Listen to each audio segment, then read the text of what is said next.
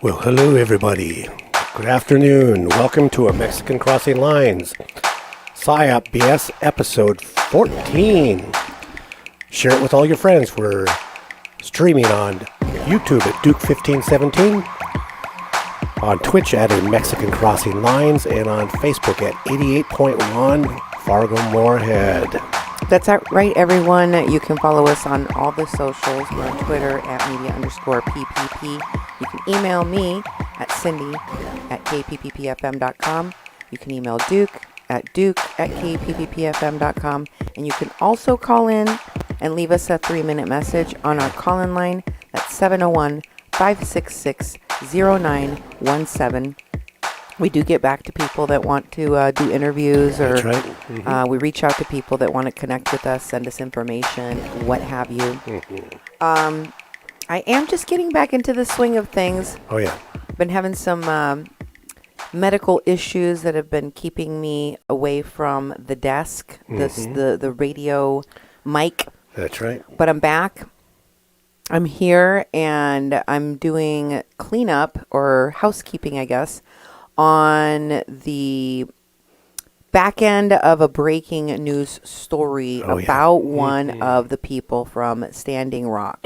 One of the people that was in leadership at Standing Rock that went on to do interviews with Russian television and people associated with the Russian propaganda machine, such as Sean Stone over at Watching the Hawks.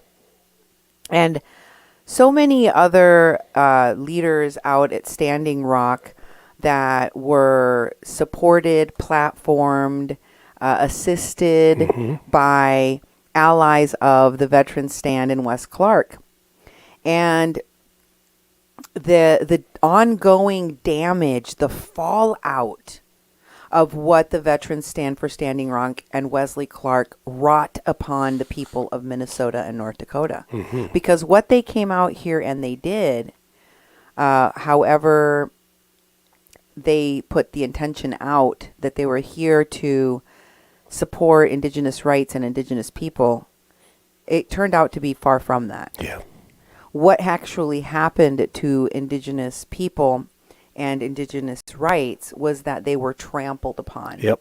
And the Indigenous people, the poor, the people that are everyday working class, living in North Dakota, Minnesota, and in the region, Indigenous communities that have over and over again complained about the fact that you have sellouts, people that haven't been raised on the reservation, people that haven't been living and suffering under the current corrupt tribal council of the moment in whatever tribe you're in, that you're having a hard time dethroning or, sharing power with, such that you have a perpetuation of corruption and violation of human rights taking place that makes Indigenous populations more vulnerable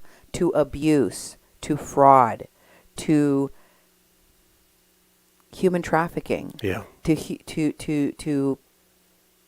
child sex abuse, women, violence against women, and missing and murdered people from Indigenous communities. All of that is perpetuated, has been perpetuated by turning a blind eye to and continuing to platform or turn a blind eye to the evils committed by the people in these leadership positions. And last week, when I was talking to you about the verdict that came down against Winona LaDuke and Honor the Earth, I told you they're not honoring the earth. This verdict clearly states that Winona LaDuke herself as well as Honor the Earth, its board, the people representing that organization, violated the rights, that they were deliberate, and that they were malicious in hiding evidence of the sexual harassment that was taking place within their organization. And this was a culmination, this complaint, this lawsuit, which Honor the Earth and Winona LaDuke lost to the tune of $750,000, was the tip of the iceberg of complaints of sexual abuse, of retaliation, and of, Honor the Earth and Winona LaDuke hiding, protecting, giving agency and power to fake shaman that were sexually assaulting children. That she had heard, that Honor the Earth had heard multiple credible accusations of child sexual assault, repeat child sexual assault, including Winona LaDuke's own adopted children. Very disturbing. Yeah, very much. Incredibly disturbing. And what's more disturbing to me is how hush-hush everyone has been about these developments now that we have learned what Winona LaDuke and Honor the Earth have been up to. Mm-hmm. I know there's a lot of people that are friends with, that have supported, that have donated to Honor the Earth and Winona LaDuke over the years, over the decades. They feel like their support of Honor the Earth and Winona LaDuke checks the check mark on their list of social justice things that they got to do that helps Indigenous people and people of color, especially here in the plains in North Dakota and Minnesota.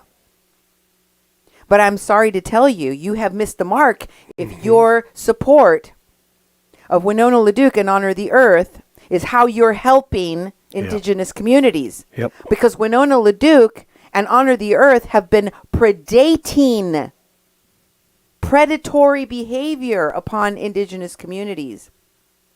Not only did they ignore the repeated complaints from community and people within Honor the Earth's organization, their board, and even among their employees, up until the point where they had to be sued and a court had to find that they had been committing violations of human rights and labor violations in the state of Minnesota. Discriminatory, malicious, and retaliatory against the whistleblowers that came forward. So, we're going to highlight and focus on that here at 88.1 FM with your host, Cindy Gomez-Schempp. And Duke Gomez-Schempp. You're listening to 88.1 FM KPPPLP, Fargo, Moorhead, where we are adding local color to your airwaves. Mm-hmm. And this is the tea. Our local media has been complicit with those that were put in the leadership at Standing Rock, to the degree that they were not examined, they were not vetted, they have not been thoroughly examined, nor do I feel that the people that are leading the organization now, because Winona LaDuke had to step down, nor do I feel that we are examining closely who's been left in the leadership and what policy changes have been made to Honor the Earths and to their funders, and what they're going to do to make sure that they're not platforming and funding predators in our community. And I also feel that we have to have a conversation about what is going on with Winona LaDuke now. She has been found guilty personally of participating in this abuse of her community, hiding predators, protecting predators, attacking victims, attacking the community, and she gets to walk away with her golden parachute, or sorry, I think it's made out of hemp, her hemp parachute to farm her hemp farm Exactly. with no repercussions for the damages that she inflicted upon the community and the children that were abused. For those who are out there and listening, the liability did not end the moment Winona LaDuke stepped off of Honor the Earth. What she did to protect pedophiles on her staff, both those that were named in the lawsuit and those that came before, and those that were recently outed, that were sitting on her board, she and her organization can be held liable for the damages, psychological and physical and monetary damages caused by the abusers that she has protected, that she has now been found to have a pattern and a practice of protecting within Honor the Earth and her organization. So I think that we need to both focus on Honor the Earth and what's left in the bones of that organization to see if they are rotted and cracked. Yep. And do we need to start all over again? And also, you can't just get away with doing all that harm and damage that you did to a community and be like, off I go to do my hemp farming. Bye. Yep. No. And it doesn't look like there are any repercussions for Winona LaDuke. But there should be. Yeah. I'm not saying that we have to throw away people.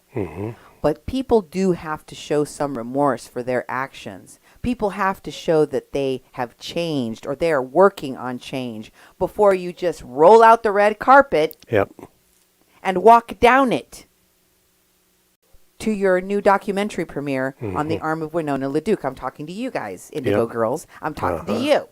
You know who I'm talking to. Let's get into it, okay, Duke? Because we got to talk about it. And I want people, go back and watch part 13. Go back and watch part 12 and part 11 because pieces of it come here. And I know it probably feels like we are shifting further and further away from Wes Clark and his American Psyop BS. But no. This poo splatter, okay, this poop stain that was left behind here in North Dakota and in Minnesota is the reaper did. What these people propagated and propped up. A bunch of fake shaman, fake religiosity that comes all the way back from Sun Bear, Vincent LaDuke, Winona's daddy. And the abuse behind the camps that they put together where they were doing ceremonies and healing for money. This is what comes of supporting that fake indigenous religiosity. And all of the other similar new agey, shamany, Tim Robbins supported type, guru type of culty, I am type of religiosity and fake spirituality that we saw behind Wes Clark, Sean Stone, and all of the people that we've been talking about that are part of the American Psyop Podcast. This podcast, which I have been putting a rebuttal to, highlighting the poor work of the people that produced this show, the quote-unquote journalist Emily Bicks that interviewed Wes Clark, if you can call putting a recorder in front of a man and just letting him ramble. Exactly. Journalism, and also the editing and directing skills of one Jack Bryan, one Stacey Sher and one Marley Clements, and also the executive producers Grant DeSimone and Brent Meiselas. But I am going now to focus all of your attention back on Honor the Earth, Winona LaDuke, and what damage occurred and happened even after this was found out. Duke. Yes. Don't you have something to say about this? Oh yeah. You're talking about what's happened to Winona LaDuke, and it's I had some friends talking about some cannabis conferences in Chicago, and they said that she was there with her crew from her hemp farm, looking for strains of cannabis plants for her hemp farm. So she's out there shopping, and they said there's a lot of nonprofit money coming into the hemp business, not the hemp business, it's the cannabis business. But Winona's running that hemp farm out in White Earth, and who knows what she's doing, and who knows what sort of amounts of money are being. Right, but here's the other thing. She's still getting involved in protests around the pipelines. That's right, the pipeline protests. And she had 2 arrests for. She had 2 pending trespassing arrests for being involved in protests. Most of those charges have been dropped. Okay. So she is celebrating on her Facebook page recently that her recent charges, 1 have been dropped, others are pending. Yeah. But, it's sad to see someone being able to get away with doing so much harm. Yeah. Because no repercussions for people that harm the community in the way that this woman and her organization have been doing should be able to just get away with scot-free and have funders still throwing money at you. Still have that celeb status and, being credentialized as a vice president candidate and all that. They've been trying to keep this so quiet, and the media has participated.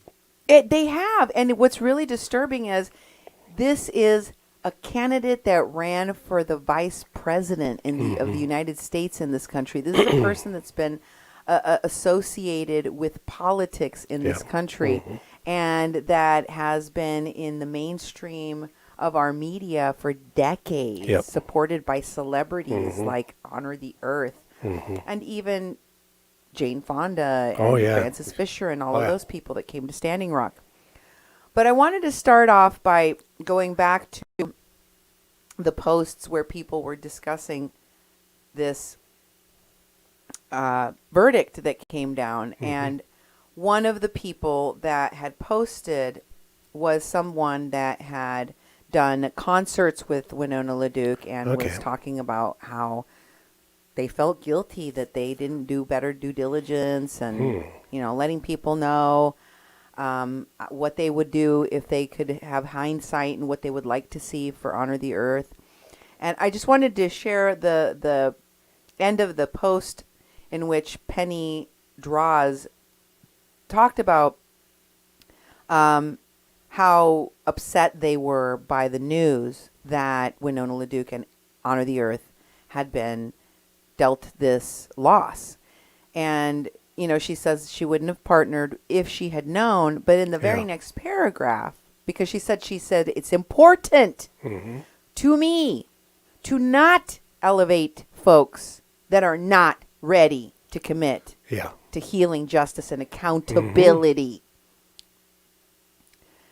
And then in the very next paragraph says, I would have still partnered with Honor the Earth, had a statement of moving forward with transformation and healing intent to develop a strategy to ensure this was not going to be how things would be handled again in the future.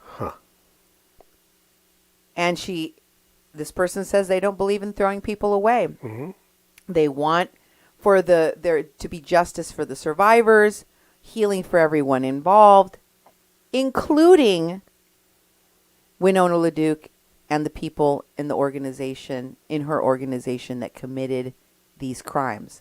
I think that there we need to hold space for the victims first before you hold space at the same time for the abuser. Yeah.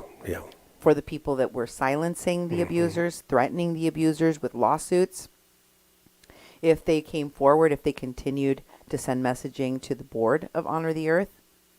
And so, in hindsight, they said they should have done a better job.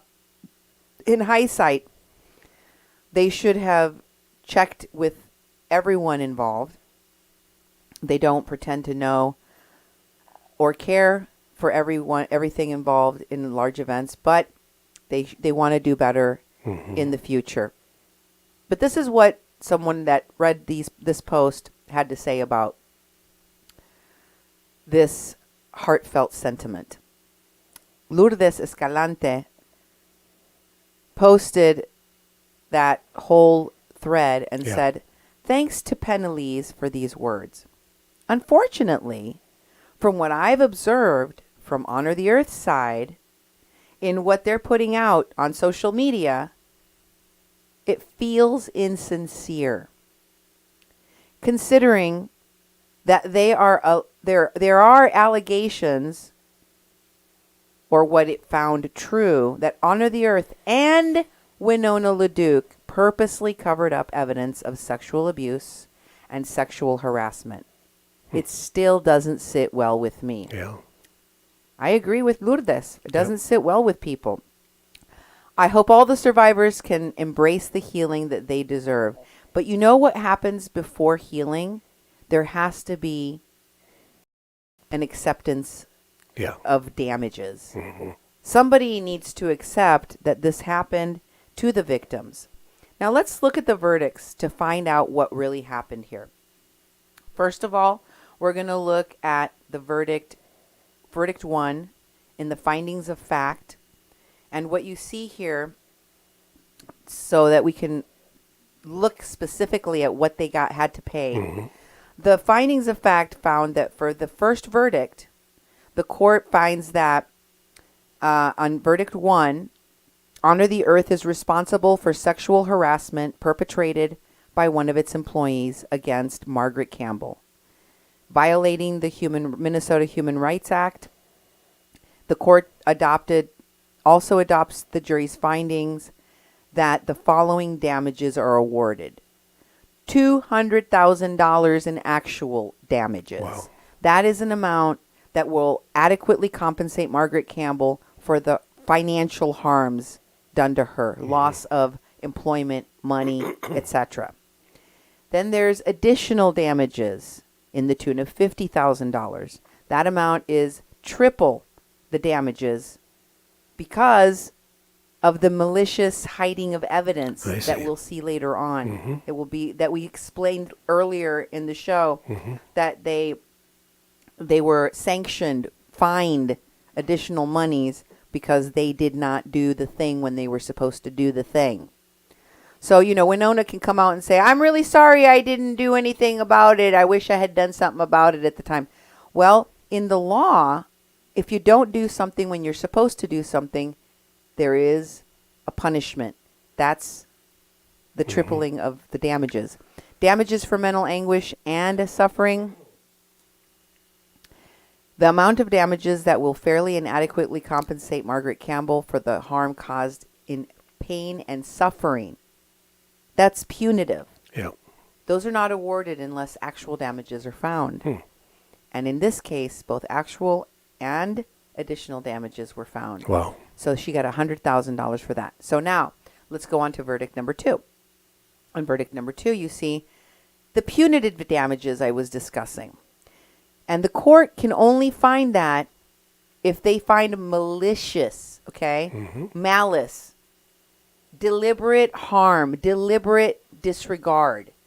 So it wasn't a oops, accidentally. I didn't believe that there was sexual assault or sexual harassment happening. I had,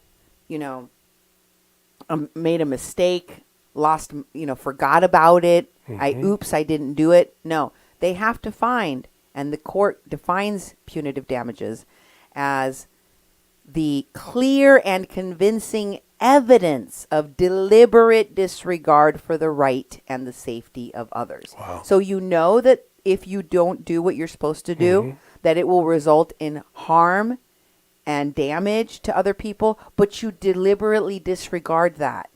And you decide to harm people anyway. And for that, they were given $25,000. Wow. There was a second verdict in count 2A.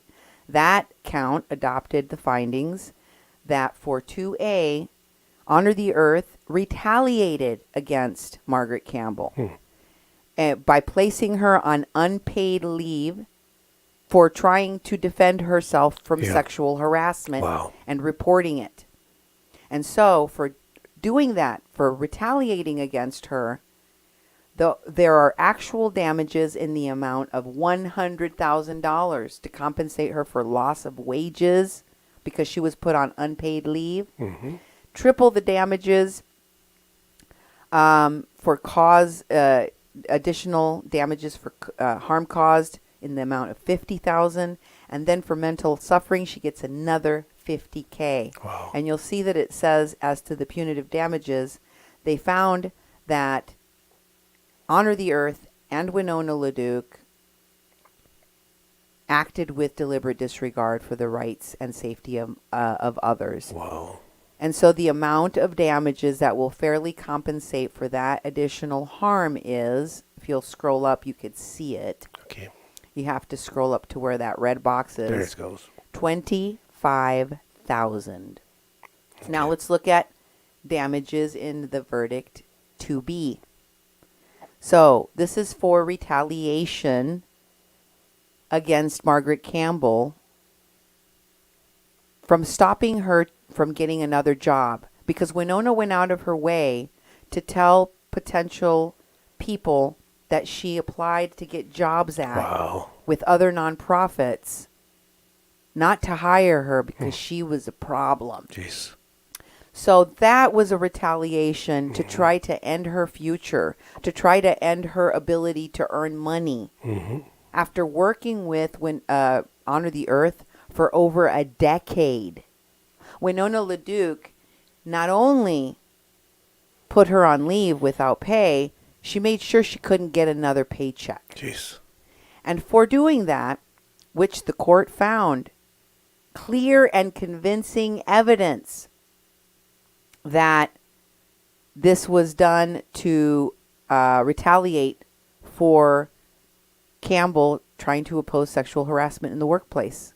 And so for that, the jury awarded a $50,000 in actual damages, $25,000 in additional damages, and $50,000 in mental anguish and suffering. Wow. Punitive damages, again, by clear and convincing evidence, found that Honor the Earth acted in deliberate disregard for the rights and safety of others. Jeez.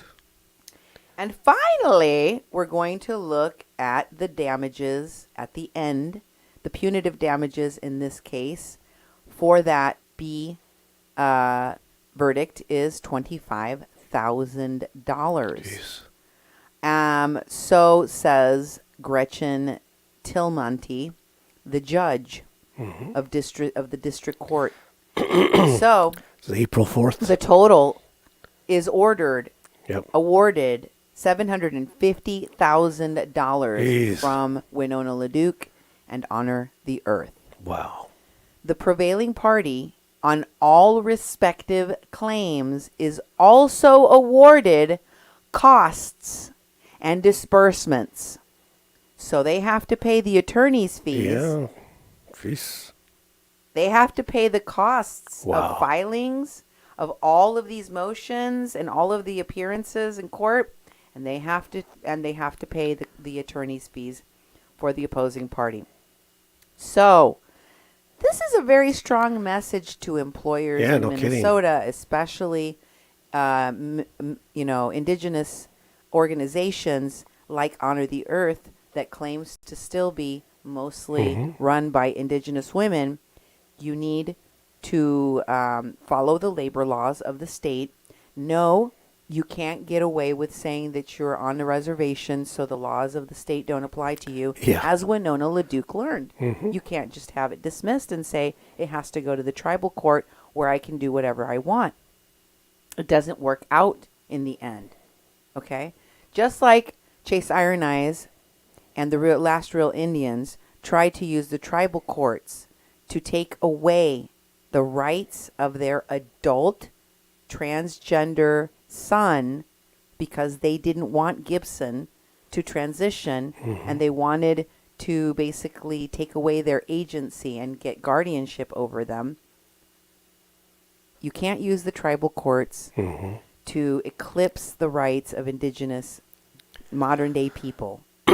Not today. Yeah, not in 2023. Yeah, plus it bothered me that she was even trying to do that, because there was a period of time with the Violence Against Women Act. Yeah. There was a lot of reservations that were like, you can't have these men escape into the reservations, not be held accountable.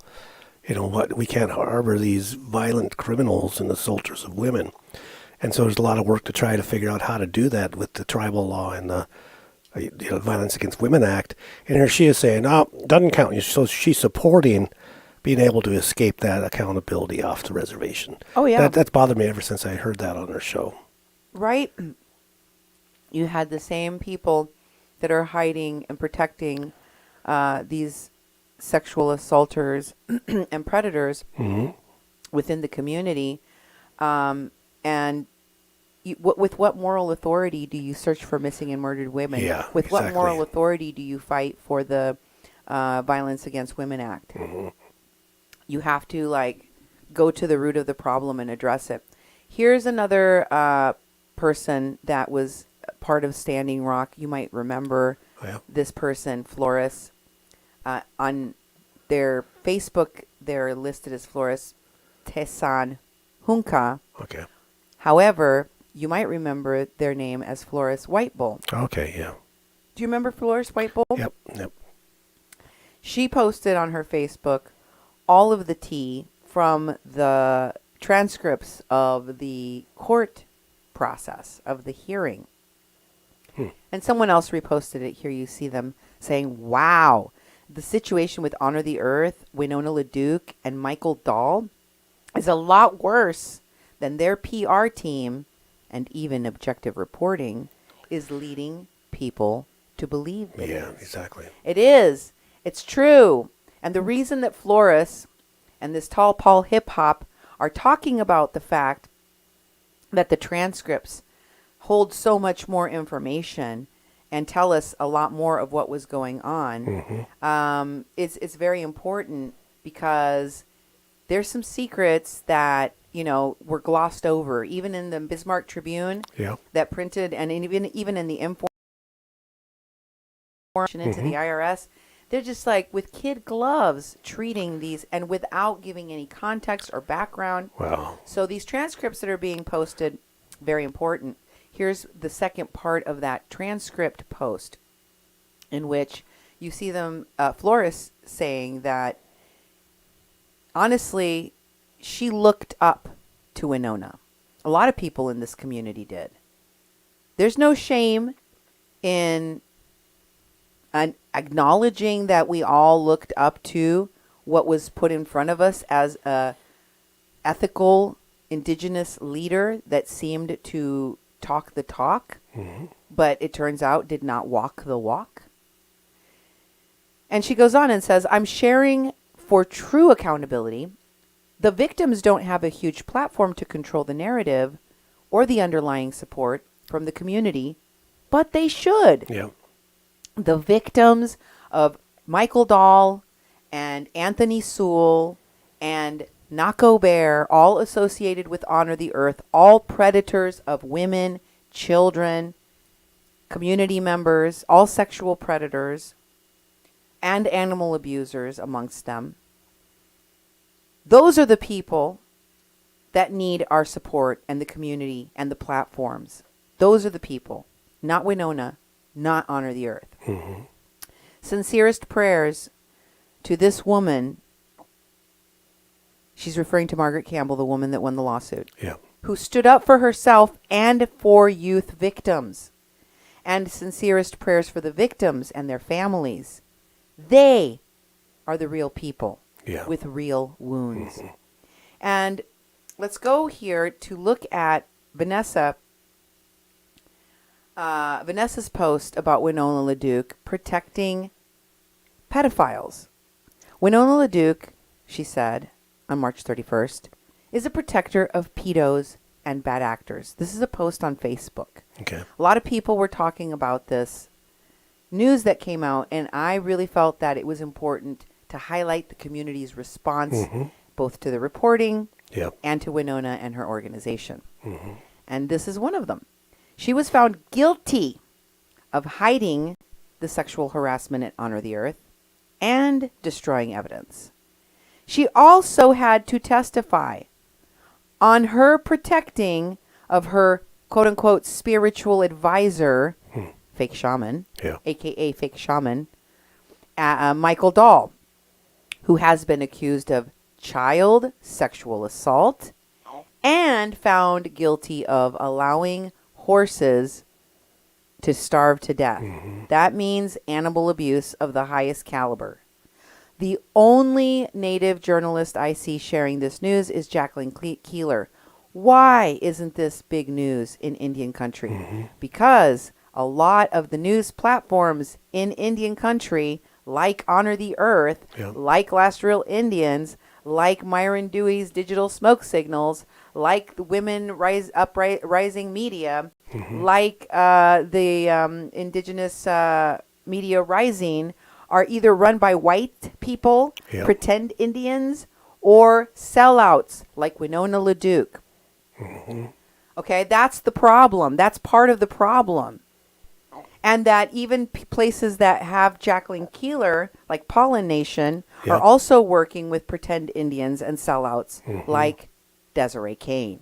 You have an infiltration of people that are not sincere within Indigenous media that are blocking these stories or minimizing and protecting the perpetrators. When what happened to Standing Rock to Kathleen Bennett, a Noglala Lakota woman whose mother was taken away from her, kidnapped by people at Standing Rock, a woman named Mulaney Stoneman. I reached out to people that were working closely with her, Chase Iron Eyes at Last Real Indians, who we were once a fiscal agent for. And they protected her. And they ignored us. And they protected her. And so that is why the stories aren't getting out. It is very frustrating. Here are other comments from the community about this story. Michelle Rosso posted on Facebook, "I am so disappointed and angry. Shake my head, honestly. Her energy was always off, in my opinion. It makes sense, everything that this is saying. It lines up with how my gut was telling me something is not right with Winona LaDuke." You know, once when we were at Standing Rock and we were doing, we were independent media, media that they did not have their claws in, exactly, that they could not control, that they could not commandeer, and she treated us very poorly. She was downright rude. At one point, when I was trying to photograph her and riding on some of those horses that were later killed and starved to death. She tried to drive the horses into me. I was taking photographs. That. Almost got run over. She tried to run me over, and she screamed something at me. I was, standing in a place where I knew I could quickly get out of the way. Well, there's other horses that went by already, and other horses that had gone by already. And I was taking photographs, but she was upset, offended by the presence of actual independent Indigenous media. Right? Neither of my parents are white. And I'm just saying, she really had a problem with anyone that wasn't a sellout, somebody that wasn't purchased. Here's another comment on that very same post. Can we go back to the one before? Oh, this is it. I just scrolled down. Oh, you did. Thank you. Wine Holmes said, "It's crazy how animal abuse punishment is so low in this country. They got a slap on the wrist. And that is what happened to Michael Dahl. He had to pay $1,000 or so in fines for murdering all of those horses and letting them starve. The pain, the suffering caused to those beautiful animals that were used in marketing and all sorts of photography from Standing Rock. I mean, those horses were doing a lot of work for the PR of the Standing Rock, and they were starved to death and abused.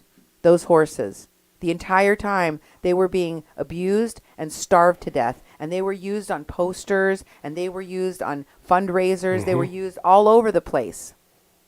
Like a lot of the victims of Honor the Earth and Wes Clark and these NGOs and nonprofit organizations that were out there, you know, reaping the benefits of the marketing behind Standing Rock, the Water Collector Legal Protective, all of these NGOs that were raising money for their organizations, their political campaigns. What they were doing was making money off of the victims, like the horses and the children. Remember, this whole thing started at Standing Rock because children went running. That's right. Right? Started by the youth. And Theo said, I remember hearing about the scary stuff about of Winona since first going to ceremony a decade ago. Wow. People were telling me that she protects pedos. Christ. Yeah, no kidding. So, obviously, it has been an open secret within the community that Winona LaDuke protects pedophiles. Yeah. In her organization. Word gets around, you know. And nobody did anything about it. Not any of the nonprofits that were named in this lawsuit that were notified and that did not help the whistleblower, but instead worked with Winona LaDuke to silence her, like Indigenous Environmental Network and Alice Goldtooth. Here's another article that goes more in depth into the wrongdoing by Honor the Earth's Winona LaDuke in specifically protecting pedophiles. Yep. The headline by Kyle Hooten says, top anti-Line 3 activist has a history of defending accused pedophiles. In addition to defending alleged predators, LaDuke has also been accused of directly allowing sexual abuse to occur under her watch. Wow. Now, I just want to remind folks, does that sound familiar to you? Yep. A group of people that claims that they're defending the rights of children, Indigenous people, vulnerable people, right? Yep. Indigenous rights. And instead, they're protecting pedophiles. They're harboring sexual abusers or criminals, frauds, drug addicts, drug dealers, human traffickers within their ranks, within their groups, within their organizations. This is what I've been covering.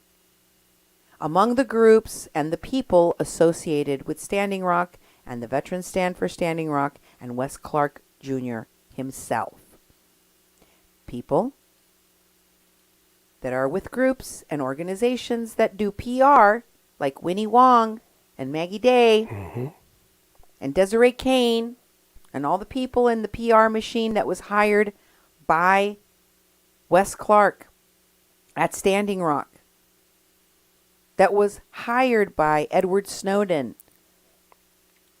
The same people that in the Trevor Fitzgibbon PR machine that were defending the folks like Edward Snowden and Jordan Sheridan. Oh, yeah. Yeah. Accused of sexually assaulting a woman. These people protect pedophiles and sexual assaulters. There's a pattern. The Water Protector Legal Collective had a lead attorney named Red Wolf Pope, Yeah. who was spiritual advisor to Wes Clark Jr., turned out he was a serial rapist. Yep. Once again, continuing to harbor and protect and platform sexual assaulters and abusers. And pedophilia, ignored by Winona LaDuke, is the headline of this next section in the article. It goes into great detail. It's a good read about all of the different things that Winona LaDuke has been hiding. Wow. It turned out that she turned a blind eye to sexual predators on her staff. And in 2019, when the employee sues Honor the Earth and Winona LaDuke, she sues for sexual harassment by a fellow employee named Michael Dahl, who's a known pedophile. And he was credibly accused of this by other people in the community against boys. Inappropriate sexual behavior toward boys became an open secret in the White Earth community by Michael Dahl, and even prior to Michael Dahl, at Honor the Earth. Wow. And they engaged in sex discrimination and reprisal against the staff that brought this to their attention and tried to protect the youth. More recently, Nako Bear, a nationally known musician who was on the board of Honor the Earth, was also accused of pedophilia. There are also rumors that LaDuke protected accused pedophile Anthony Sewell, who she still has on her merch store for Honor the Earth. I'll show you that in just a minute. Because here they're saying that there are rumors that LaDuke is protecting pedophile Anthony Sewell. Anthony Sewell was working with Honor the Earth and associated with Honor the Earth for a very long time until he couldn't be, but he still is. So she got rid of him physically, but she still sells his merch. She still supports him and protects him through Honor the Earth. LaDuke's own father, Vincent LaDuke, who claimed to lead his own tribe of people, was also accused of sexually assaulting a minor. I guess must run in the family. I don't know. Let's go on to the next. And we see here in this next part of the article that Winona LaDuke One moment, sorry. we go to the next slide here. We have Pollination talking about the sexual predators within the organization at Honor the Earth, to include Nako Bear, besides Michael Dahl, and also Anthony Sewell. And of course, her daddy, Vincent LaDuke, who she got her whole religious background from, right? Yep. Here is Anthony Sewell, his art, I guess, his designs, still on the merchandising page of Honor the Earth. Wow. Custom beaded water protector patches by native artists like accused sexual predator and pedophile Anthony Sewell. Wow. And you can go and check on Honor the Earth's merchandise website today. Yep. They got rid of Winona LaDuke and they got a new executive director, but you can still get pedophile merch on Honor the Earth. You just go here to this website, click on apparel, and they have limited edition custom beaded water protector patches for natives. You can see right there, they're sold out right now. But if you scroll down to the bottom there, you'll be able to see that these Honor the Earth collection of water protector patches are made from an exclusive custom water protector beaded patch for Honor the Earth. Each and every beaded patch is different. No one patch is the same. Every one of them is perfect and special, and each one is made by Indian hands. Oh, boy. The artists have their own styles, and each one has their own inspiration every time that they bead. And so designs include Jackie Fawn, Anthony Sewell, a pedophile, and more. Wow. Featuring Honor the Earth's 4x4 embroidery. Jeez. Isn't that great? Oh, you want a pedo patch? A pedo patch, yeah. You can get them at the Honor the Earth website because they haven't taken them down. They're still there. Mm-hmm. You can still get them, even though it's an open secret that Anthony Sewell was working for Honor the Earth and was protected by Winona LaDuke. Yeah. Are there any repercussions for that? No. No. Still, you can still get the merch for the pedo. Mm-hmm. You can still buy your pedo patch today. Here we go on Honor the Earth being a grantee of the Indian Collective. Okay. Now, Honor the Earth receives grant money or has received copious amounts of grant money from Honor the Earth, from Indian Collective, which has distributed tens of millions of dollars to indigenous organizations all around the country. Okay. In a statement after the verdict, by the way, Indian Collective is run by Mark Tilson. And Mark Tilson and Winona LaDuke and Chase Iron Eyes and all of their organizations have all been doing business for many years. They're intimate. One hand washes the other, or one hand finances the other, and they all cover for each other. Always have, always do. In fact, the Indian Collective's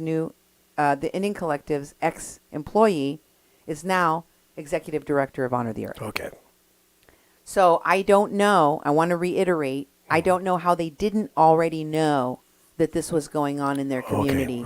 And that they were funding a pedo farm. Mm-hmm. That they were funding and platforming people that protect pedophiles. Mm-hmm. Right? And that allow abuse of animals. That they parade around doing all sorts of horse walks with. Yep. Right? But that's what they're saying. That they didn't know about any of this until the verdict came out. Mm-hmm. And then after that verdict, Honor the Earth, and the Indian Collective said that Honor the Earth failed to notify them about any pending litigation, which is required by the grant's terms. Mm-hmm. So they gave money to the Honor the Earth people, and they didn't know anything about these, pending litigation. But the Indian Collective said that their partnership with Honor the Earth has ended as of April 14 of 2023. Yeah. And any future partnerships are going to hinge on the integrity and demonstration of community harmony and safety protocols. Mm-hmm. Exactly what does that mean? Yeah. After the group's transition to new leadership. That's already happened. As I said, Tubles, the new executive director, came directly from Indian Collective. Mm-hmm. Of course, LaDuke wasn't available for the interview, so we don't know anything that NPR was able to find out from her. Yep. She just said she plans to take some time off and leave it to Honor the Earth to continue growing with good and principled leadership. Yeah. I'm going to the maple sugar bush and then preparing to put in my plants for spring, LaDuke said. The hemp economy needs to be reborn in Minnesota. Now's the time. Yeah. I'll do that. Those plants she got in Chicago. LaDuke said she's been planning to transition out of organization leadership for about a year.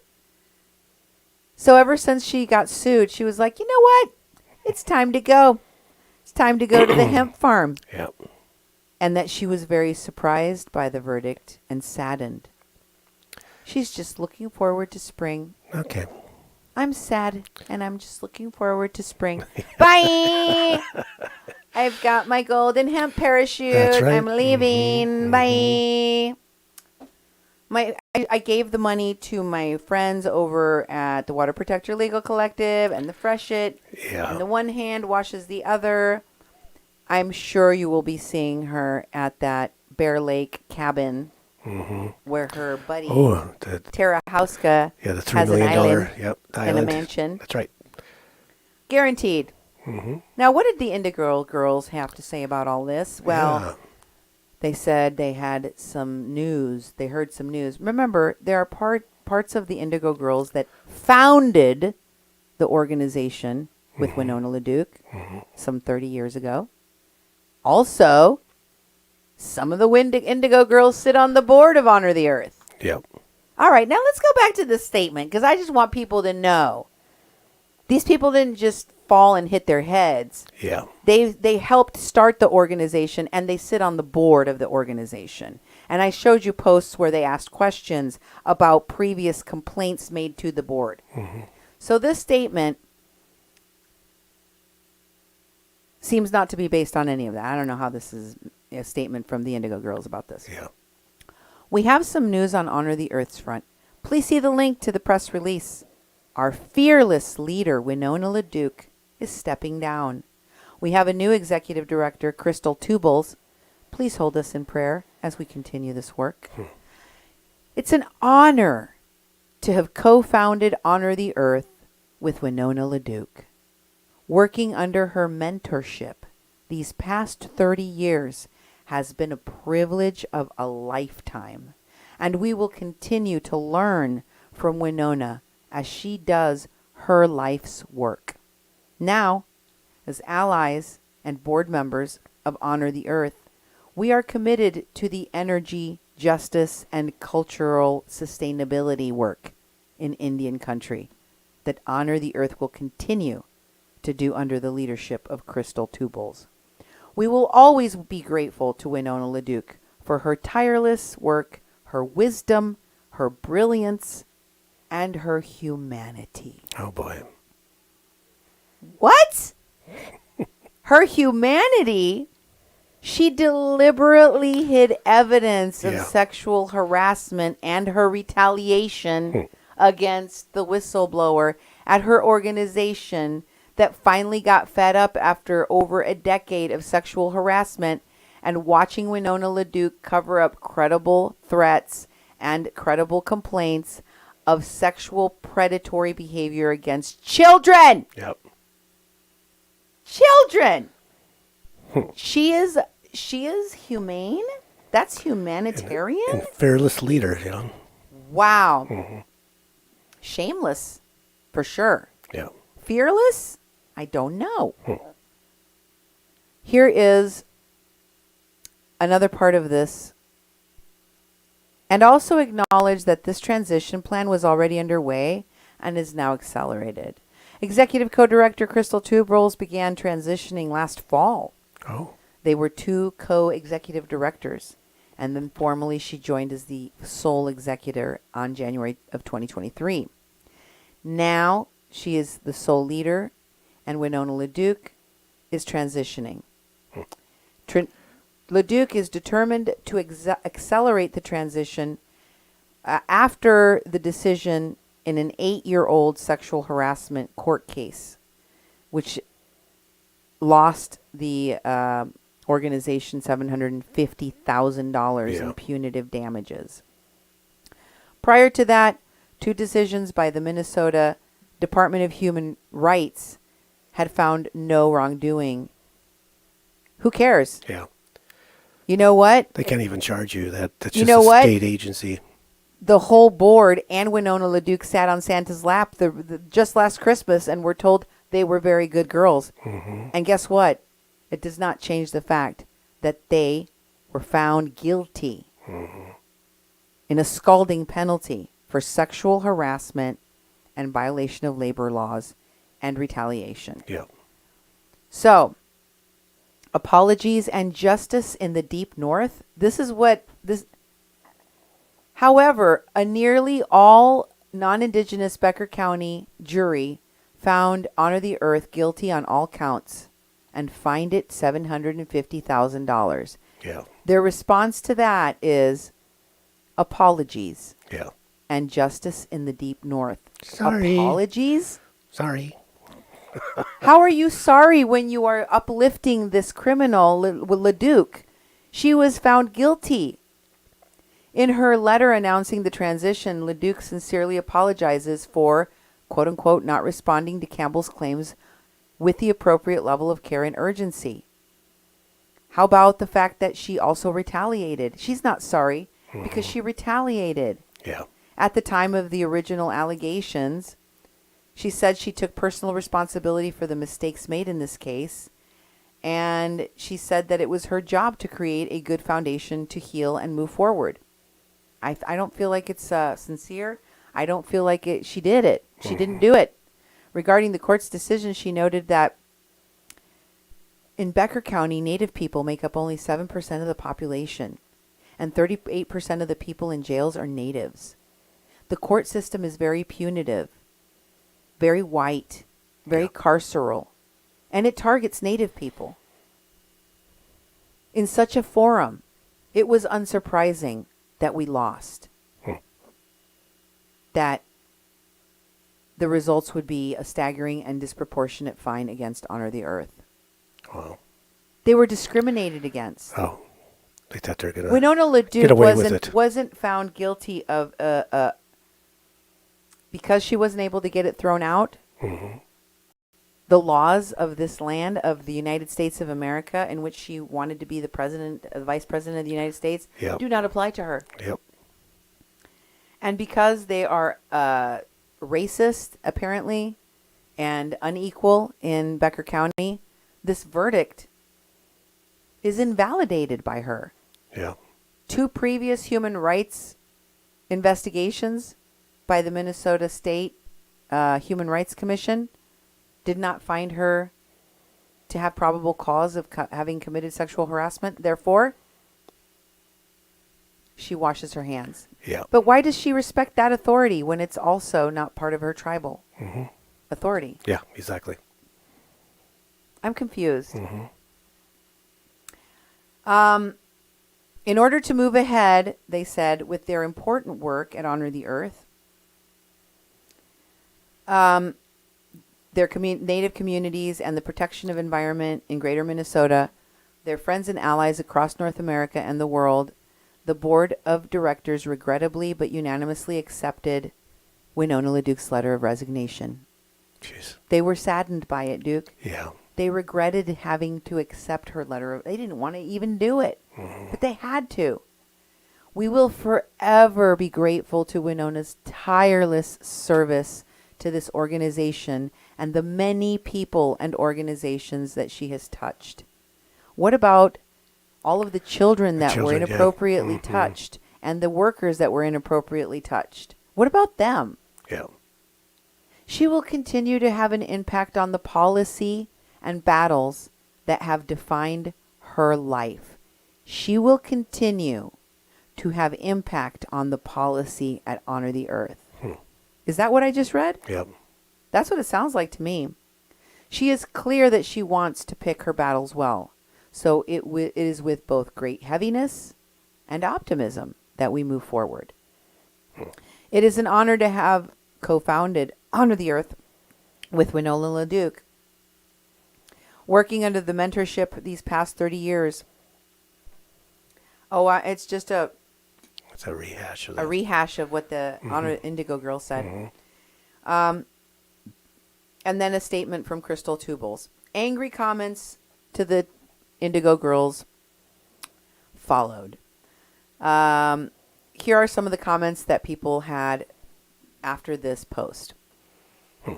This is directed to the Indigo Girls. So if the Indigo Girls are listening, this is for y'all. From Mindy Clark.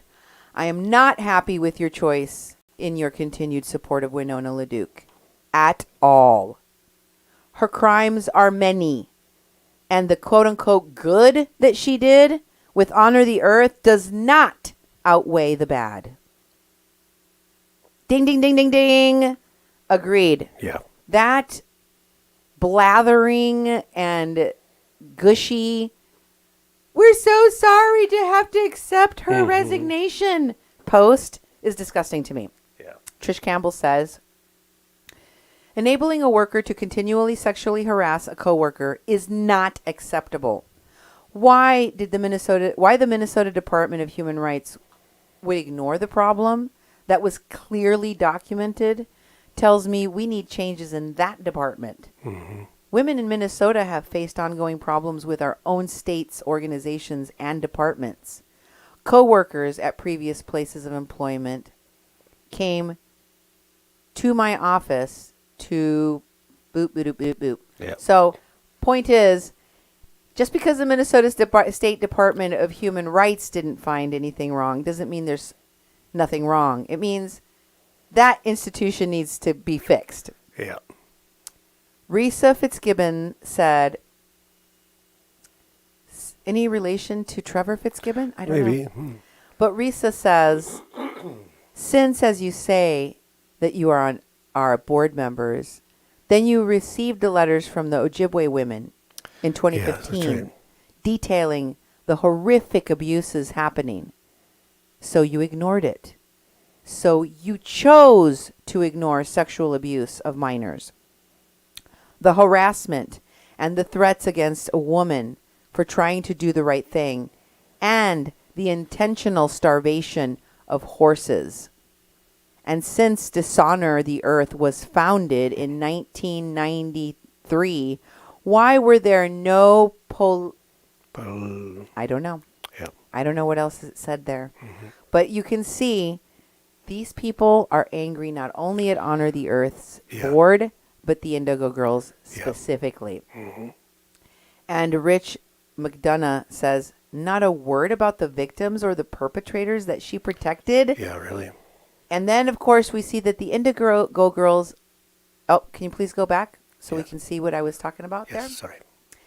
And then we see there that the Indigo Girls limited who could comment on this post. Oh. They were like, you know what? We don't want to hear any more comments from our post about this. But more angry comments came. Yeah. Here are some more posts. And this person said, we have been rendered speechless.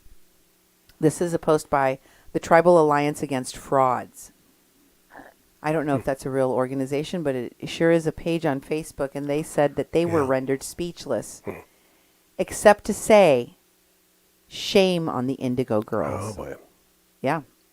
Bonnie Lowe, she said, I pray for the healing for all those involved in the situation. Here's some background. And then Verity Foster wrote, with the Indians.com article attached about the deliberate disregard from Honor the Earth, reality check, LaDuke and the Indigo Girls did not support the victims of sexual harassment in this case. Highly disappointing, to say the least.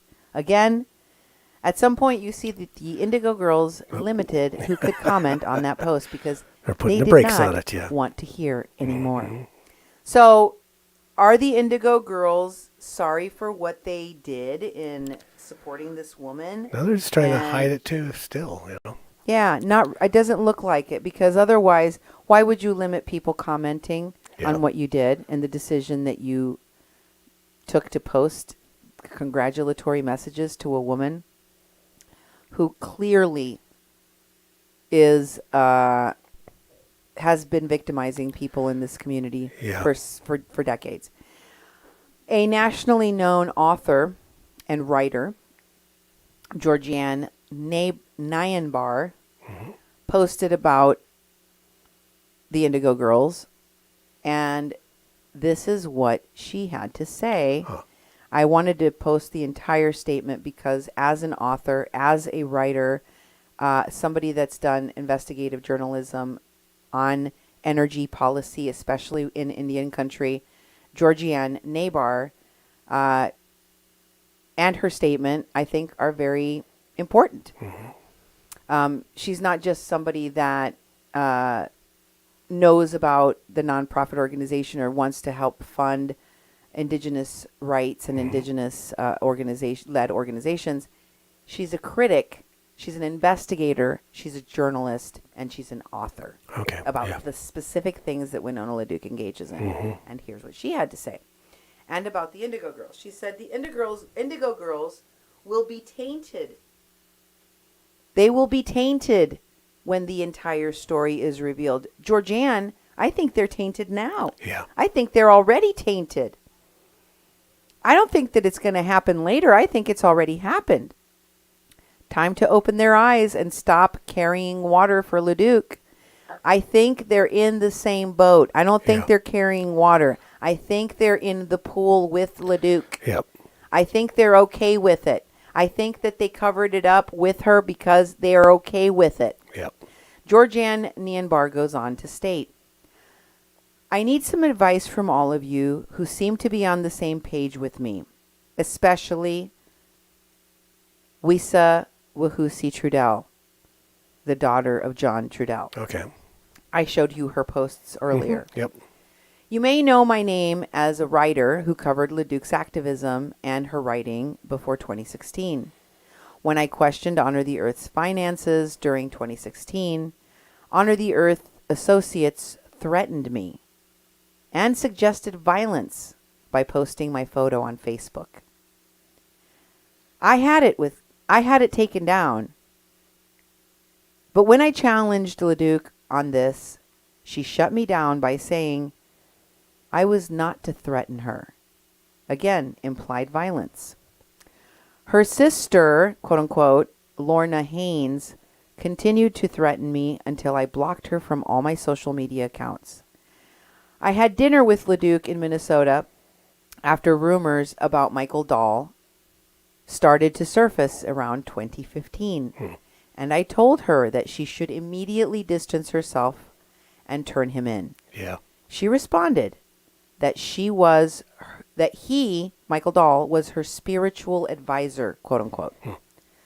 I made the decision at that point that there really was nothing I could do. I was half retired, and the only thing that brought me back was Standing Rock. I was the first national reporter out there for Huffington Post until it was overrun. There was much wrong at Standing Rock, and I pretty much quit writing after the threats from Honor the Earth. I stopped supporting Honor the Earth and also the Indigo Girls as of 2016.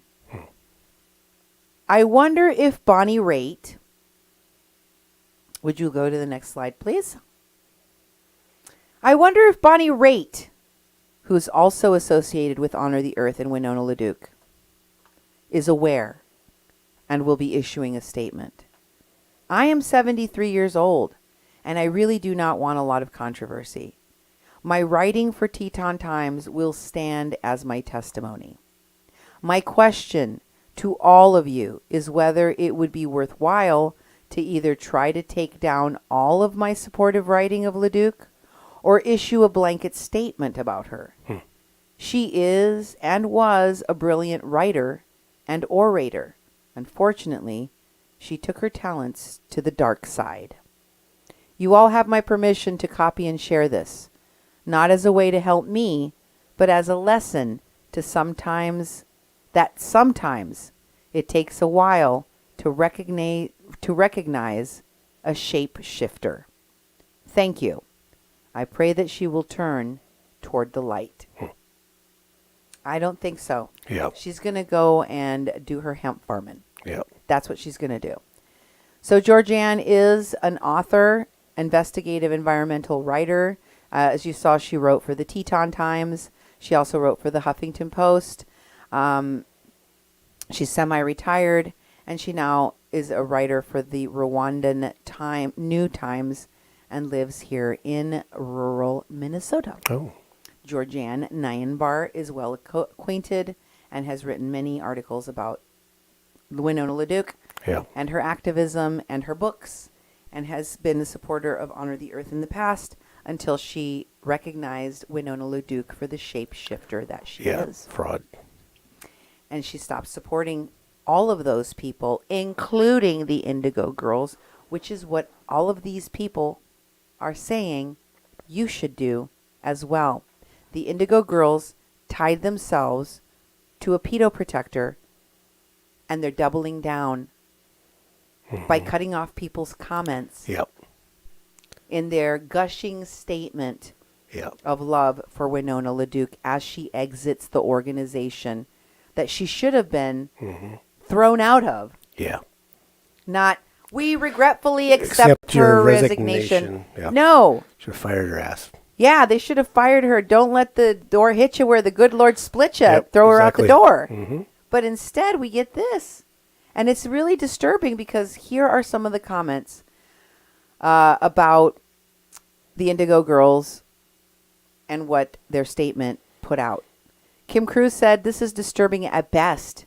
My heart goes out to the plaintiff, Miss Campbell, and all those victimized by this man, and those victimized yet again by the cover-up in not addressing these heinous acts.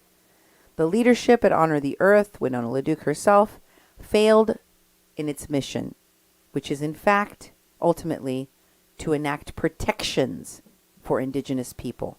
My thoughts exactly, Kim. I agree with her. Here's Floris Whitebull again to the Indigo Girls on their post saying, "What the F? You're actually trying to preserve her image for your nonprofit? This is sickening. Unbelievable. There are young men who were minors who have had their innocence taken from them without their consent." Again, agree. It's disgusting. This is the Floris Whitebull that made that post. This is from her Facebook page. If you don't recognize her from that, you probably recognize her from the front of the Awake movie on Netflix. That's Floris Whitebull. She is criticizing the people involved in the making of Honor the Earth, the board, and the Indigo Girls specifically, because you had with Winona LaDuke, and you seem real cozy in that bed still with her. Here is another post from Floris Whitebull, and she said, "In other news, Winona has now deleted her apology and resignation statement from her page," which wasn't really an apology or a real resignation, seeing as how she would continue as co-director. Oh, really? And the Indigo Girls has taken off commenting on their support post, because all the comments were pointing out the truth. Jeez. And someone in the comments of this post said, "I just tossed out Winona LaDuke's book in my recycling pile." People are really disgusted by this. No kidding. And the media and the people in the Indigo Girls and the people in the celebrity that supported Winona LaDuke and Honor the Earth are silent. The silence is deafening and also disgusting to most of the people around here that don't believe that what she did was okay. Here's another post by Wahusi Trudell, the child of John Trudell, on Floris Whitebull's post. You see, it's Floris's post about how Winona went off and did her thing. And John Trudell's child comments, "I posted a comment on the Indigo Girls page last week. I think that we should comment on their other posts that are open to comments," because they shut the comments off. Here is one of the children of an Indigenous leader's, a true Indigenous leader, and they can't actually comment on the Indigo Girls' page because they turned off the comments so they couldn't see things from Wesa Trudell. Also, I commented on Honor the Earth, and it's been several days. In their post, they said they're open to conversations. However, they aren't having conversations on their posts because they shut off the comments. Wow. Wesa Trudell also posted, "I just posted on the Indigo Girls, quote, rather than address people's concerns over your support of LaDuke, you shut off comments in an effort to silence those who want to hold you accountable and her. Your lack of morality and honor is showing. You are complicit in predatory behaviors. My name is Wesa." Can you go to the next one? Sure. "My name is Wesahibu Wahosi Trudell, and my father you knew as John Trudell. I am extremely disappointed in your continued support for Winona LaDuke. I have researched and read the evidence. Have you? It's very clear LaDuke has behaved in a predatory manner. Our real-life heroes are still human beings, and no one is perfect. We all have learning of lessons to do. It's clearly obvious that LaDuke needs to learn lessons about her morals, accountability, and leadership. She destroyed evidence. We can still appreciate LaDuke's political work while holding her accountable for her bad choices. Yeah. We need to believe victims and support them. We need to hold abusers accountable and not protect them. When we protect abusers, we become an extension of their abuse toward their victims. We become the abusers as well. You cannot honor the earth without honoring our women, our children. To honor them is to protect them. Indigo Girls, your support of Winona LaDuke is making you complicit in predatory behaviors. This is a reflection on you and your moral compass. Who we choose to show up for matters. Respectfully, Lisa Trudell. Wow. And that is an open letter to the Indigo Girls. I doubt that mainstream media read that. Yeah. I doubt that you will hear that open letter to the Indigo Girls on any other platform besides 88.1 FM, KPPPLP Fargo Moorhead, where we are adding local color to your airwaves. But I am here to tell you that the Indigo Girls have not shown sufficient remorse, as evidenced by the fact that they were just out at Sundance, or sorry, not Sundance, South by Southwest. Oh, yeah. The festival. And they were there with Winona LaDuke. This is from last month, Duke, March 16. Yep. This wasn't eons ago. This wasn't even last year. This wasn't, back when the Human Rights lawsuit Commission, came down, when they were questioning LaDuke about the accusations to the board. No, this was last month. They've known. They know. They know what she's accused of. They know what she's guilty of. And they are arms around, smiling, happy at the South by Southwest Festival with LaDuke. Wow. On March 16. And she proudly posts this to her page. Tell me if this isn't a slap in the face to the victims of the predators that Winona LaDuke and the Indigo Girls protected at Honor the Earth. Listen to the mocking tone of Winona LaDuke's post. More from South by Southwest Festival. The film, It's Only Life After All. It's Only Life After All. With the Indigo Girls, Amy Ray and Emily Sailors, and producer Alexandria Bombach. The film is a profile of the 40 years of the Indigo Girls' amazing careers and courage, and profiles our collaboration with Honor the Earth. Yep.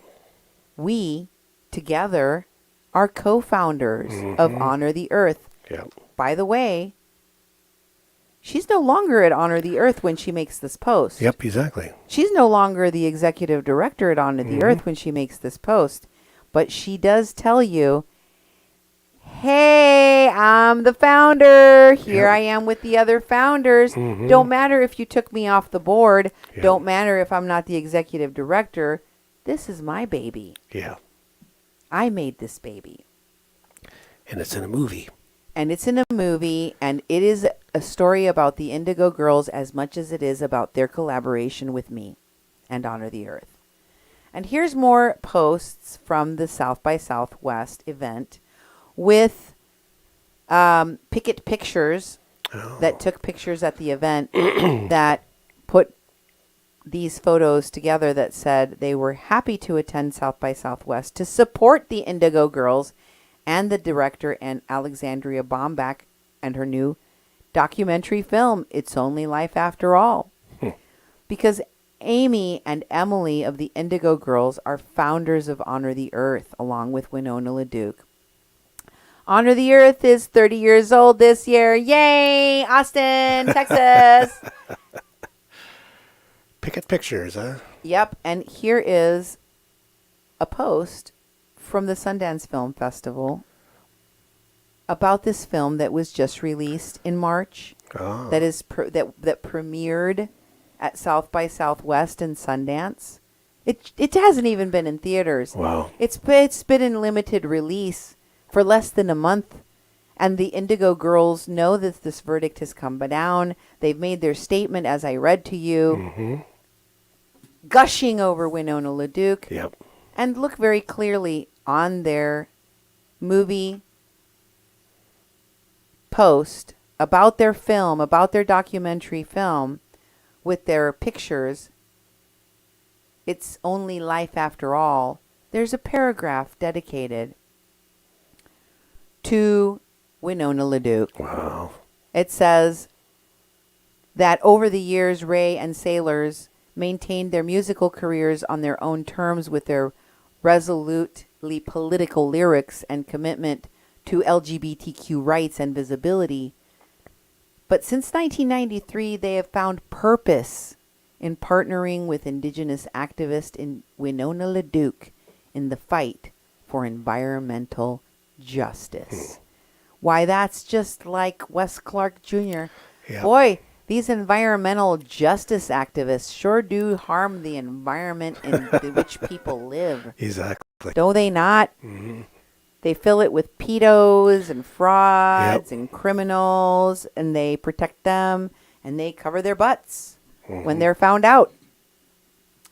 Here is the movie, another documentary film that we recently watched, Duke and I, about more of the people that became collateral damage of Honor the Earth, the Indigo Girls, Winona LaDuke, and their fundraising efforts for their organization. In much the same way as the horses were paraded around as props for photo ops so that you could get the Old West, old-timey experiences of Winona LaDuke, Indians on horses that were abused, tortured, and starved to death by the pedo protected by Honor the Earth and Winona LaDuke. So were the children of the Hart moms, Jen and Sarah Hart. And in this documentary titled Broken Hearts, we were able to learn more of the disgusting details of what these women that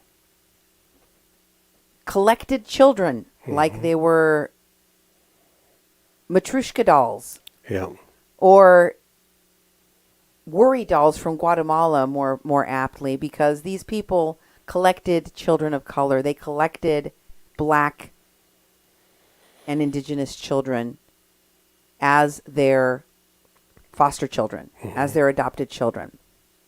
And one of the things that I said when I covered the story back in the day when I was covering all of the crimes committed by Winona LaDuke, Honor the Earth, and I talked about the Hart family and how these children had been exploited, there was such a backlash.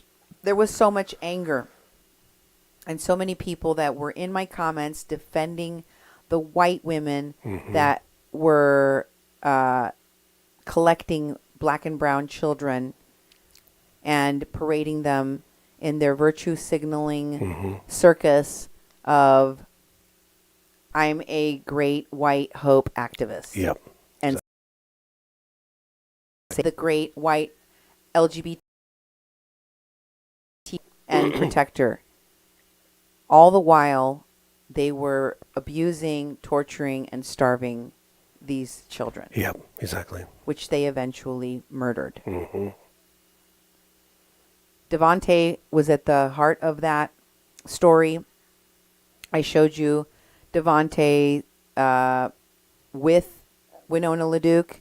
This is from the movie, and you can see in that documentary, Devontae is wearing a crown of yellow flowers and an African print top that has a he's got face paint on, and he has a sign asking for hugs. And you can see that he is that at the festival that is featured in this documentary with Winona LaDuke and Nako Bear, another pedophile that has recently surfaced that was in her board. There is the same crown of flowers, the same sign, the same African print top at the festival, carried by Winona LaDuke, and next to his mother, Jen Hart, and Nako Bear on the other side of Winona LaDuke. Same person. In fact, I think that the person that was in the photo with these kids in the documentary coming up next may very well be the very same Nako Bear you see in this picture. You'll see his picture is blurred in this photo, so it's hard to see. But you see he has the mustache. Go back and forth. He's got a red hat on. You see him, the beard around the mouth. Yeah. Now go to the picture, and he's got a beard, or he's got the same. I think it might be Nako Bear in the photo. Yeah, I think so. But he's blurred out in the documentary, and we see another different photo at a different festival at a different time, because the Hart family fundraised and worked with Honor the Earth and was exploited by Honor the Earth and Winona LaDuke and Nako Bear multiple times. They worked hand in glove to extract money from these workhorse children to use their images to get money for Honor the Earth. And this is one of the posts that shows you how they paraded these children out, how they prostituted these children out for money. Honor the Earth reposts a post of one of the mothers that murdered her children, Jen Hart, and she says, at Honor the Earth, Winona LaDuke posted, "This is our friend and one of our largest donors to Honor the Earth, Devontae Hart, whose mom, Jen Hart, is super cool." Remember, these women murdered all of their children. They collected black and brown children, tortured and starved them, and then murdered them because they were caught abusing them and beating them numerous times. Winona thinks she's super cool. She talks about Jen Hart the way she talked about Michael Dahl. Protecting the abusers. And she says Devontae was raising money for Honor the Earth in Portland for his birthday. Wow. Honor the Earth was aware of and participated in the exploitation of the Hart children and Devontae Hart specifically because they knew him. They knew that he raised money for them.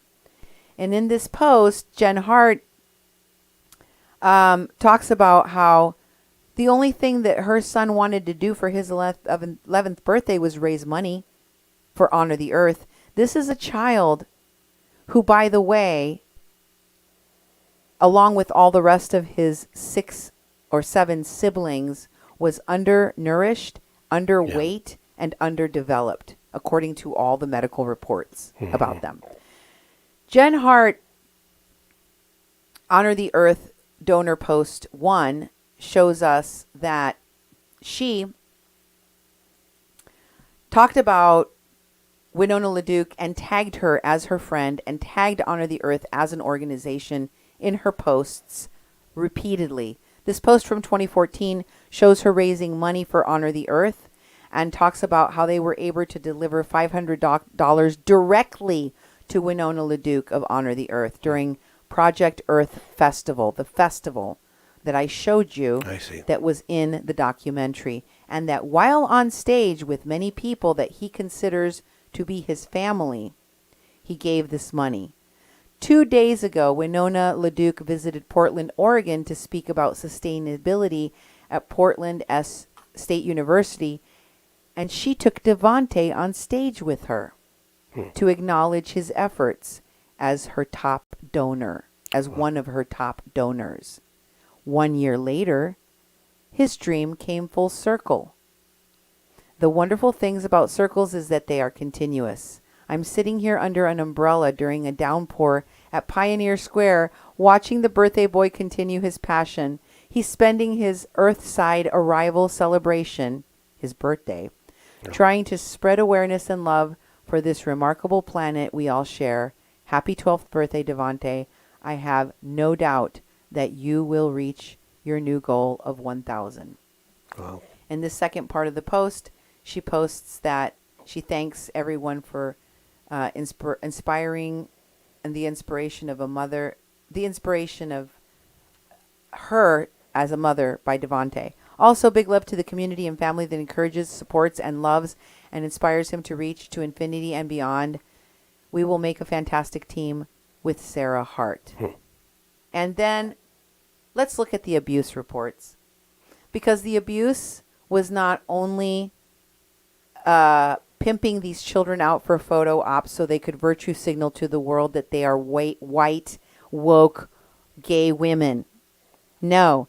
Jennifer and Sarah Hart spoke regarding the backgrounds of the children, saying that they were adopted, and telling people that the reason why they were begging for food was because they were accustomed to stealing people's food at school and out of garbage cans from their past life.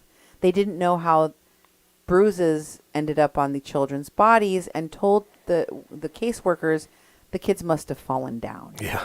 And of course, these people moved from place to place. In another report, one of the caseworkers found the child had been beaten on her tummy. This is a grade school child telling that she had owies on her tummy. And they looked at her stomach, they looked at her back and her front, and they found that she had bruising on her sternum and that she had bruising on her back. Oh. And that Hart had abused her children with her closed fists. The child said mom had hit her in the bathtub. Mom had hit her with a fist. Her mom was mad. This is an elementary school-aged child abused. And in another post, and another comment in this report, when they asked the child why her mothers had hit her, why she had been beaten, Jen told the authorities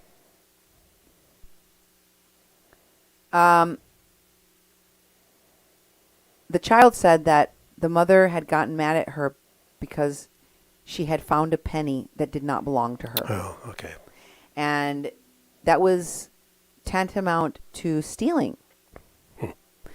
These mothers, who we now know starved and murdered their children, didn't want this little girl to even have a penny on her. Devante had family. All these children had families before they were adopted by the Hart moms. This is Devante's auntie.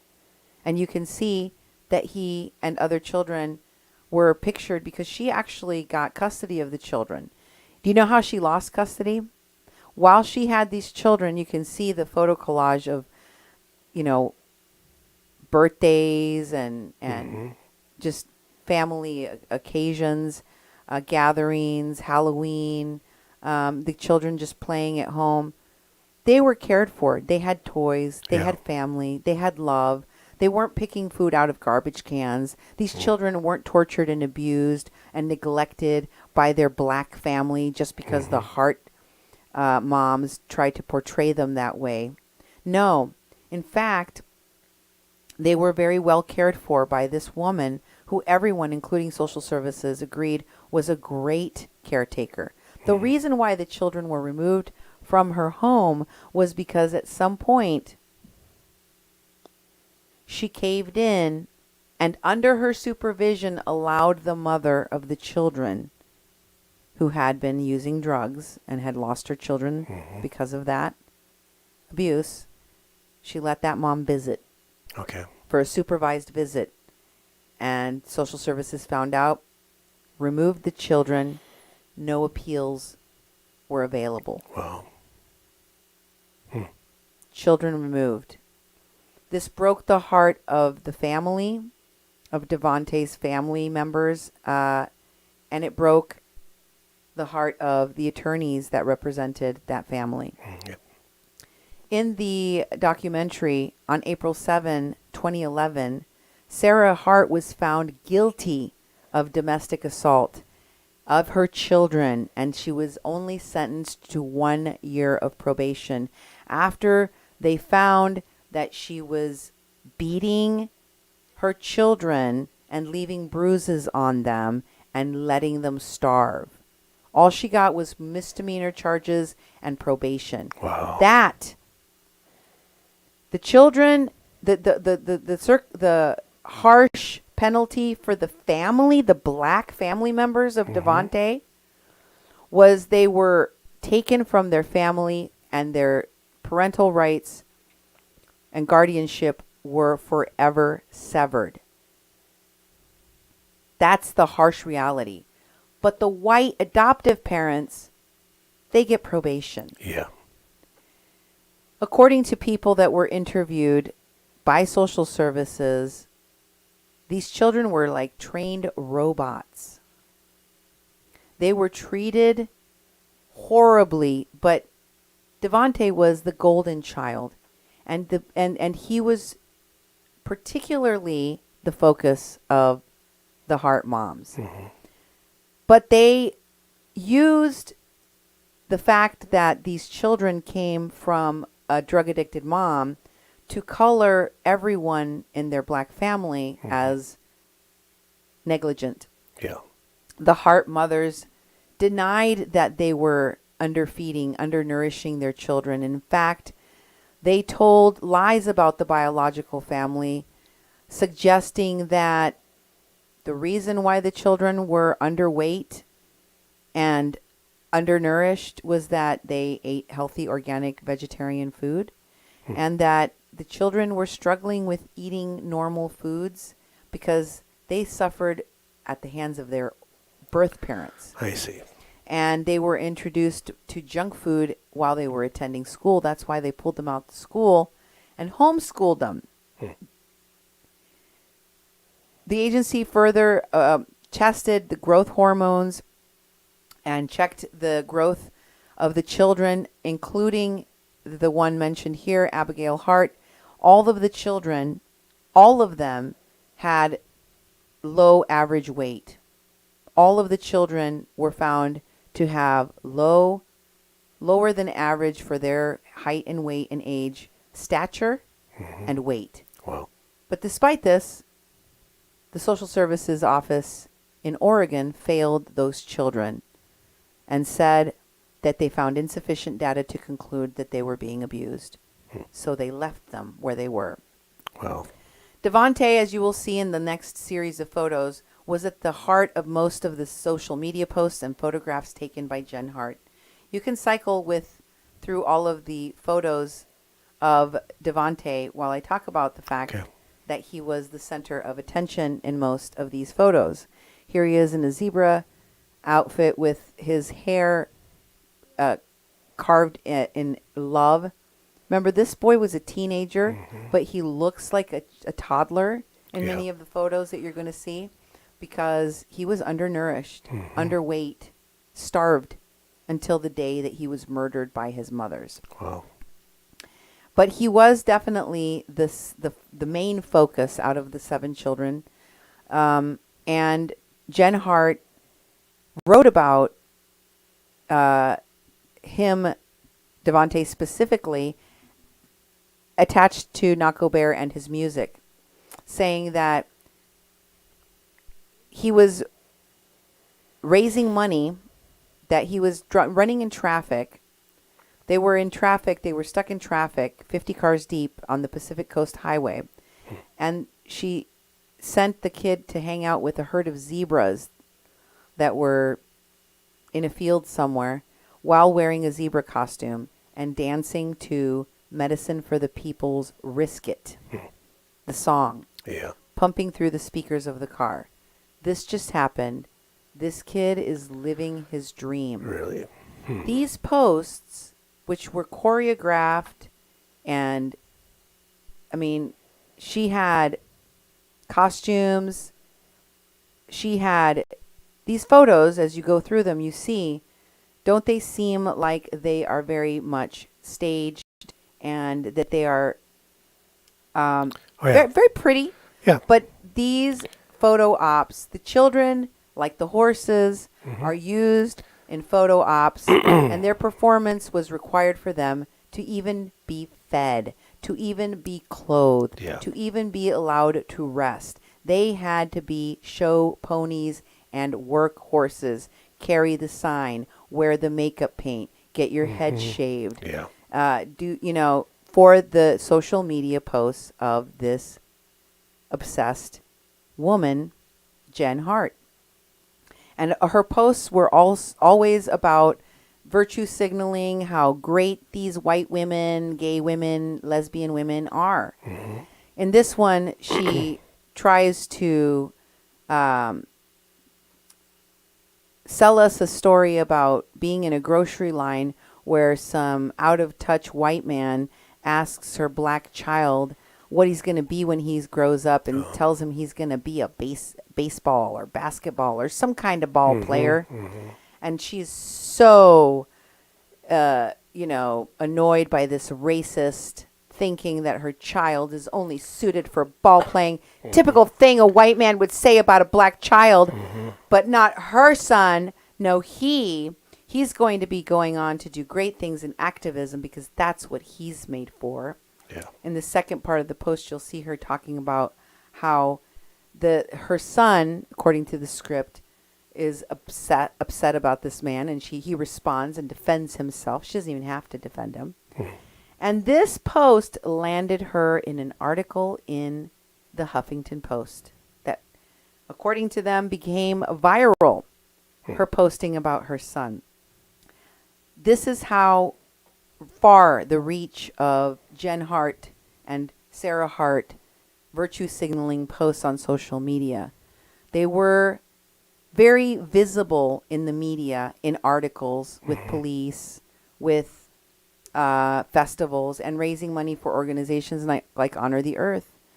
And in this post, Jen Hart talks about how she was sharing stories, photos, and experiences from her family. It's the best way to keep these people that we know and love connected to our adventurous ways, and I'm truly grateful for all the people that share in our journeys and envelop us with endless love and support.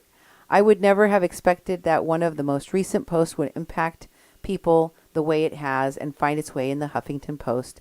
Please know that if you've reached out or messaged me this week, I'm doing my absolute best to respond to everyone.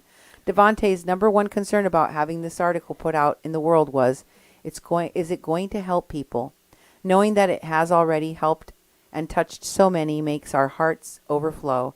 Noting that this has already made its rounds several times now it's not every day I know someone on the Huffington Post, let alone my own son.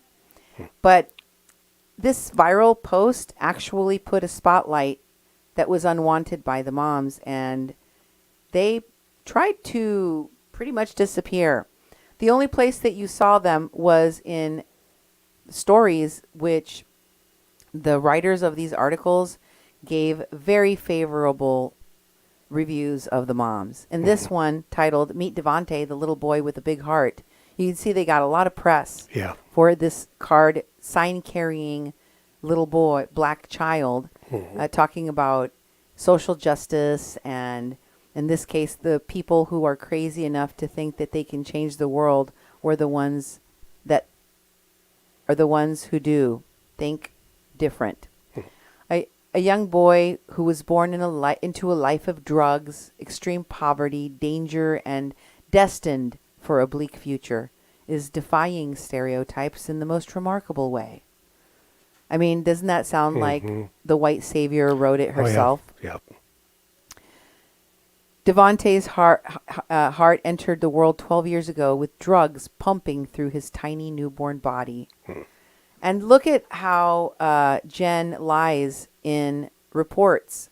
Beginning in 2013, references to drug babies, developmental delays, and high-risk kids are made by Jennifer Hart in CPS reports, Facebook posts, and in conversations. She's not just selling that lie to news reporters. She's selling it to all the social media. And to the people at Honor the Earth, this just seemed like another normal, loving family, a part of their own family that they considered family. The media lied for the Hart moms, saying that Devontae Hart was, when he was 4, had already smoked, consumed alcohol, and handled guns. Wow. And had been shot at, and suffered severe abuse. Yeah. All of which came to great surprise to his aunt that I showed you. Yeah. And to other people that knew him and his Exactly. family. The Hart moms also lied to the Oregon DHS, saying that when they got him, he only knew a handful of words. Oh. Goo goo gaga. Including blank and blank, which are bad words. I see. And he struggled to identify the names of food, body parts, and everyday objects. Devontae was a violent toddler, and his health was poor, I guess. Yeah. Limits of disabilities. These children were starved and abused by women that claimed that all of the bad things you saw before you happened before they went in their hands. That's right. Jen also posted about the dark side of media, because when this post went viral, all of a sudden they had a spotlight on them, and it was something they didn't like. They had to keep moving around. When their child, in their last location where they were, when their child broke out of their house and went to the neighbors at night, jumped out of a 2-story window and went to the neighbors begging for food. The next day, the Hart mothers made their grade school child, Hannah, write a letter to the neighbors asking for forgiveness and explaining away why she broke out of her house begging for food. This is the letter she wrote to the neighbors, Dana and Bruce. Wow. I stopped this morning because I feel awful about disturbing your peace and worrying you in the middle of the night. I was very frustrated with my brother and didn't handle things very maturely. And I'm sorry for telling lies to get attention. I'm working on being more honest and finding better ways to communicate my frustration. I've been very sad about 2 of our cats dying recently. I was just very sad and frustrated last night. Thank you for being kind. So, a child breaks out because they're starving in the middle of the night to beg the neighbors for food, and the moms have them write a letter about dead cats. Yeah. And being frustrated at her brother. Makes me wonder how the cats died. That has never in my lifetime resulted in a child breaking out of their house in the middle of the night to beg the neighbors for food. Yep. The death of an animal, a fight between siblings, doesn't usually result in begging for food. Yep. Nonetheless, it was ignored until the children continued to return. Yep. Devontae made his first trip to the neighbor's house to ask for food on March 15 of 2018. So after Hannah went for food, so did Devontae. Yep. And they gave him food. They were asked to put the food nearby. Yeah, put it by the fence. Close to the fence. But it wasn't because the Jennifer and Sarah Hart moms were raising money for everyone except for themselves. Yeah. Because they didn't have money, because they didn't have food. In fact, here is a picture of the Hart refrigerator. Here's a picture of the refrigerator from the documentary and the reports that were made to CPS. That's right. And here's a picture of their freezer. You can see clearly it is filled to the brim with food. They just didn't want to feed the children because they used the food as a reward. Yeah. They treated them like slaves. They said in the movie that they treated the food as payment for performance. So those children had to go out there and do the best they could in those photos. and in those posts. And Jennifer Hart had the audacity to make a post right around the time that her child was out at the neighbor's house begging for food, Yeah. celebrating his birthday and celebrating his adoption, and talking about how amazing her life had been, how she's trying to be, how she is a better person because she adopted Devontae. Okay. And, you know, how doing what she and her wife have done and adopting these children and taking care of them and working to help the environment and being at all these protests and getting their kids involved in political stuff like the Bernie Sanders campaign, that's making the world better.